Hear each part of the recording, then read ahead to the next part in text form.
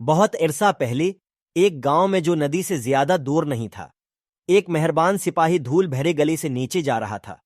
اس کی حرکت سست تھی کیونکہ وہ ساری دن سے چل رہا تھا۔ اسی ایک اچھا گرم کہانی کے علاوہ اور کچھ پسند نہیں تھا۔ جب وہ سڑک کے کنارے ایک عجیب و غریب گھر پر پہنچا تو اس نے اپنی آپ میں سوچا، یہاں رہنے والے کے پاس میرے جیسے بھوکے مسافر کے ساتھ بانٹنے کے لیے کچھ اضافی کھانا ضرور ہوگا۔ میرا خیال ہی میں جا کر پوچھوں گا۔ اور یوں سپاہی گوبھیوں، آلووں، پیازوں اور گاجروں سے بھرے باغ سے گزرتے ہوئے لکڑی کے دروازے کی طرف بڑھ گیا۔ گھر کے سامنے پہنچ کر جیسے ہی دستک دینے کے لیے اس نے ہاتھ بڑھایا، تب دروازہ اچانک کھل گیا۔ دوسری طرف ایک بوڑھا آدمی کھڑا تھا۔ اس کی ہاتھ کولہوں پر تھی اور اس نے تیورے چڑھائے ہوئے تھے۔ تم کیا چاہتے ہو؟ بوڑھی نے بدتمیزی سے کہا۔ پھر بھی سپاہی اسے دیکھ کر مسکرایا۔ ہیلو، میں ایک گاؤں کا سپاہی ہوں جو یہاں سے زیادہ دور نہیں ہے۔ میں آپ کے پاس یہ پوچھنے آیا ہوں کہ کیا آپ کے پاس کوئی کھانا ہے جو آپ دے سکتے ہیں؟ بوڑھی نے سپاہی کو اوپر نیچے دیکھا اور بہت دو ٹوک جواب دیا، نہیں، اب چلے جاؤ۔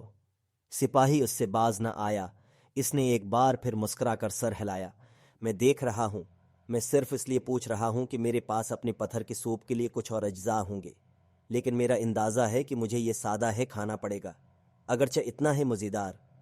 بوڑھی نے بہنویں اچکالیں۔ پتھر کا سوپ؟ اس نے پوچھا۔ جی جناب، سپاہی نے جواب دیا۔ اب اگر آپ مجھے جانے کی اجازت دیں گے۔ سپاہی راستے کے بیچ میں چلا گیا اور اپنی سامان میں سے ایک لوہی کی دیگچی نکالی۔ ایک بار جب اس نے پانی سے بھر لیا تو اس کے نیچے آگ لگانے لگا۔ پھر بڑے اہتمام کے ساتھ اس نے ریشم کی تھیلی سے ایک عام سا نظر آنے والا پتھر نکالا اور آہستہ سے اسے پانی میں گرا دیا۔ بوڑھا حیرانی سے اپنی کھڑکی سے یہ سب دیکھ رہا تھا۔ پتھر کا سوپ؟ اس نے خود سے پوچھا۔ یقیناً ایسی کوئی چیز نہیں ہے۔ اور تھوڑی دیر بعد سپاہی کو ایک چھوٹی سی چھڑی سے پانی ہلاتے دیکھ کر بوڑھا آدمی باہر نکلا اور سپاہی سے پوچھا، تم کیا کر رہی ہو؟ سپاہی نے اپنی برتن سے نکلنے والے بھاپ کی سونگا لے اور اپنی ہونٹوں کو چاٹتے ہوئے کہا، مجھے پتھر کی سوپ سے زیادہ کوئی چیز پسند نہیں ہے۔ اس نے پھر بوڑھے کی طرف دیکھا اور کہا، یقیناً تھوڑے سے نمک اور کالی مرچ کے ساتھ پتھر کی سوپ سے کم ہے چیزیں بہتر ہیں۔ ہچکچاتے ہوئے بوڑھا اندر گیا اور نمک اور کالی مرچ لے کر آہستہ آہستہ سپاہی کے حوالے کر دیا۔ بالکل، سپاہی نے پکارا جب اس نے انہیں برتن میں چھڑک دیا۔ اس نے ایک بار پھر بوڑھی آدمی کی طرف دیکھنے سے پہلے اسے ہلایا، لیکن آپ جانتے ہیں، میں نے ایک بار گوبھی کے ساتھ پتھر کی اس حیرت انگیز سوپ کا مزہ چکھا تھا۔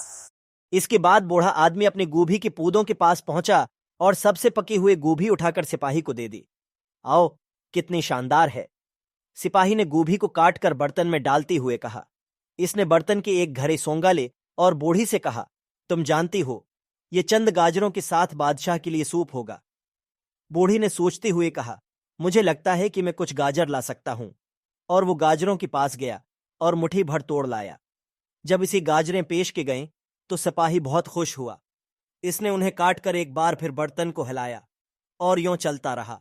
بوڑھا آدمی برتن کی خوشبو سے خوش ہونے لگا جب وہ پیاز، آلو، گائے کا گوشت وغیرہ لے کر آیا۔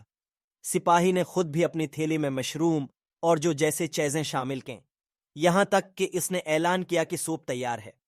بوڑھا آدمی سپاہی کی طرف دیکھ کر مسکرایا جب اس نے آدھا سوپ اسے پیش کیا۔ آپ اندر کیوں نہیں آتے؟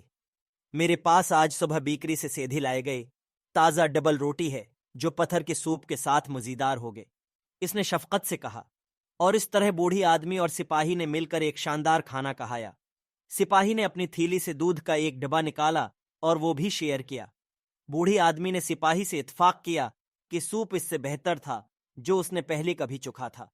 یہ اس وقت تک نہیں ہوا تھا جب تک کہ سپاہی نے اسی ریشم کا تھیلا نہیں دیا تھا جس میں پتھر تھا۔ بوڑھی کو حقیقت معلوم ہو گئی، یہ وہ پتھر کبھی نہیں تھا جس نے مزیدار سوپ بنایا ہو، بلکہ مل کر کام کرنے اور فراخدلی سے وہ اور سپاہی دونوں ایک ایسا لذیذ کھانا بنانے میں کامیاب ہو گئی تھی جسے وہ اپنی درمیان شیئر کر سکتی تھی۔